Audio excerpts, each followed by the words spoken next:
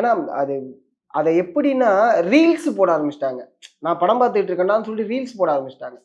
இப்ப தலைவா வந்து நடந்துச்சு. இப்ப விஜய் சாரோட படமே இதுக்கு முன்னாடி தலைவால இல்லைங்க, நடந்துச்சு. இதுக்கு இந்த படம்னு இல்லைங்க. இது வந்து ஒவ்வொரு காலகட்டத்திலயும் வந்து ஏதோ ஒரு படத்தை வந்து வாண்டடா ரிலீஸ் பண்றதுன்றது இந்திய அரசியல்ல வந்து நடந்துகிட்டே இருக்கு. ஓகே. ஒரு காலகட்டத்துல பாத்தீங்கன்னா முதல்வன் படத்துக்கு அந்த மாதிரி பிரச்சனை நடந்துச்சு.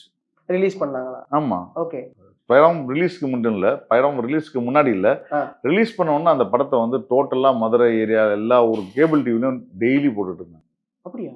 ஆமா. அது வந்து இன்னைக்கு இருக்கிறவங்க பேச மாட்டாங்க.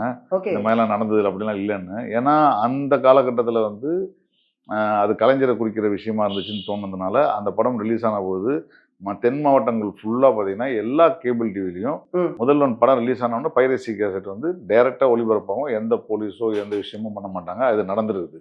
ஓகே. ஓகே. முன்னாடி நீங்கள் சொல்கிற மாதிரி தலைவாக்கு நடந்துருக்குது. ஆமா. அதுக்கு பின்னாடி ஏதோ ஒரு அரசியல் காரணம் இருக்கும், உங்களுக்கு Correct. தெரியும் இல்லையா? அந்த படம் வந்தபோது என்ன காரணம் உங்களுக்கு தெரியும். ஆமா. ஸோ அப்படி எல்லாத்துக்கும் பின்னாடி இதே போல பவன் கல்யாண் படத்துக்கு ஒன்று நடந்திருக்கு. பாதி படம் ரிலீஸ் ஆயிருக்கு. இதே போல ஒரு பொலிட்டிக்கல் பேக்ராப்ல இருக்கிற காலகட்டத்தில் அது நடந்திருக்கு. இப்போ வந்து பார்த்தீங்கன்னா நாங்கள் ஒரு ஓடிடி நடத்திட்டு இருக்கோம். நாங்கள் ஓடிடி பண்ணுறது இந்த ஓடிடி எங்கள் ஓடிடி இல்லை, எந்த ஓடிடி பிளாட்ஃபார்மாக இருந்தாலும் அவங்களுக்கு வந்து படம் பார்க்கணும்னா எல்லாரும் தியேட்டரில் வந்து படம் பார்க்க முடியாது. ஓகே.